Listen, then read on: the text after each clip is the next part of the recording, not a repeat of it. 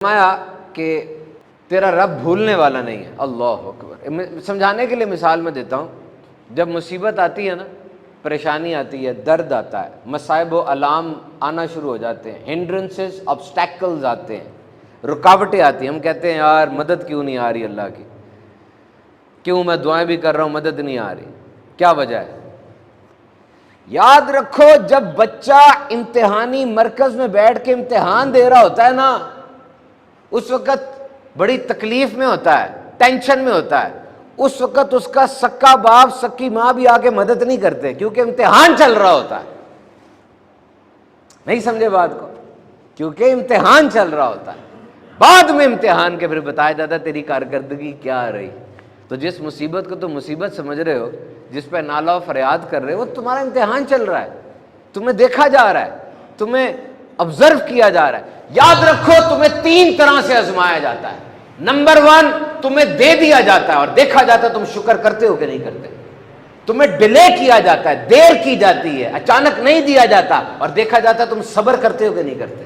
اور تمہیں بالکل نہیں دیا جاتا اور دیکھا جاتا ہے کہ تم اعتماد کرتے ہو کہ احتجاج کرتے ہو، پھر بھی شکر کر رہے ہو کہ مجھے نہیں ملا تو کوئی اس میں حکمت ہی ہوگی۔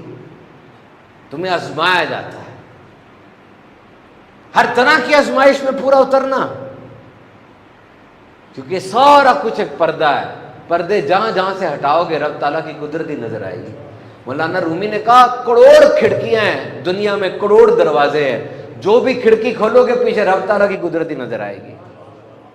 یہ اعتماد اور اعتبار ہو جائے گا تمہیں، تم کمال درجے پر پہنچ جاؤ گے۔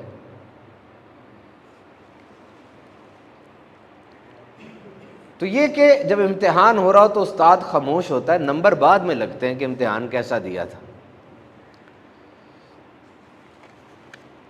کسی نے کہا نا جی فلاں کو کہ پاس اتنی بڑی گاڑی ہے تو فلاں کے پاس اتنی شہرت ہے، تو جب اس کو گاڑی مل رہی تھی، اس کو پیسہ مل رہا تھا، میں کہاں تھا؟ میرا نام نہیں لکھا جا رہا تھا۔ جب اس کے نصیب میں گاڑی لکھی جا رہی تھی، اس کے نصیب میں پیسہ لکھا جا رہا تھا، تو میں کہا تھا؟ میرا نام نہیں لکھا گیا۔ اللہ کے نیک بندے نے کہا ادھر میرے ساتھ آ جا اسپتال میں۔ جب اس کے نصیب میں گردوں کے ڈائلسس لکھے جا رہے تھے، اس کے نصیب کے اندر ہارٹ اٹیک لکھا جا رہا تھا، تب تو کہاں تھا؟ اپنے پاؤں پہ کھڑا جا رہا ہے نا، سانس لے رہا ہے، تو اس کو نعمت ہی نہیں سمجھتا۔ اچھا جب یہ چھن جائے گی تب روئے گا، تب پٹے گا۔ تو گریٹیچیوڈ کریں، گریٹیچیوڈ کریں، اس بات پہ ایمان رکھیں کہ دنیا ہمیشہ رہنے والی نہیں ہے، یہ اچانک چلی جائے گی، اور خوش ہوا کریں، خوشی کے ساتھ جئیں۔ Try to live in present and try to live that you are living in this world under the supervision of your lord. اللہ ہے، دیکھ رہا ہے، خوشی کے ساتھ رہے، شکر کیا کریں۔ اور باپ گارڈن میں کھیل رہا تھا بچے کے ساتھ، ماں چلائی اوہ ساری گھاس خراب کر دی آپ نے، ساری گھاس خراب کر دی۔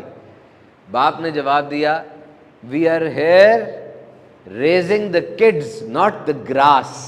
ہم بچے بڑے کرنے کے لیے آئے ہیں، گھاس بڑی کرنے کے لیے نہیں آئے۔ آپ گھر جا رہے ہوتے کہتے ہیں سارا کچھ الٹا پلٹا پڑا ہوگا، سارا گھر میں وہ مجھے صفائی کرنی پڑے گی، اور شکر کرو کوئی 2 پاؤں پہ چل کے ہاتھوں سے خراب کرنے والا ہے۔ ایسا کوئی پیدا نہیں ہو گیا کہ اس کی پیدائش کے ساتھ ہی ڈاکٹر نے کہا اس کی ریڑھ کی ہڈی پوری بنی نہیں ہے، اس کا دماغ چھوٹا ہے، یہ ساری زندگی لیٹا رہے گا، آسمان کو دیکھتا رہے گا۔ او میں گھر جاؤں گا تو مجھے برتن دھونے پڑیں گے۔ شکر کرو کوئی پلیٹ میں ڈال کے کھانے والا ٹیوب نہیں لگی ہوئی۔ گارڈن گندا ہوگا، فرش پہ خراشیں پڑیں گی۔ Good parenting is not that you have a back set, spotless back seat in your car, that you have all the fragile item in their good position in your home. اچھے ماں باپ یہ نہیں آپ کہہ سکتے کہ میری گاڑی کی پچھلی سیٹ بالکل صاف ہے۔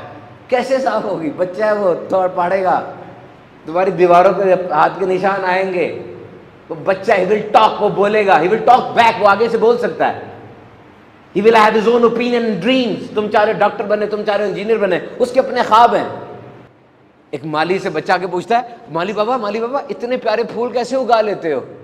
کہتے میں تو نہیں اگاتا، میں تو بس پھول کی راہ میں رکاوٹ کو ہٹا دیتا ہوں، میں نہیں پھول اگاتا، بس جو رکاوٹ آ رہی ہوتی ہے نا میں اس کو ہٹا دیتا ہوں، پھول خود ہی اگ جاتے ہیں۔ ہائے ہائے ہائے۔ تو اللہ کے بندوں کی راہ سے رکاوٹ ہٹاؤ، رکاوٹ ہٹاؤ،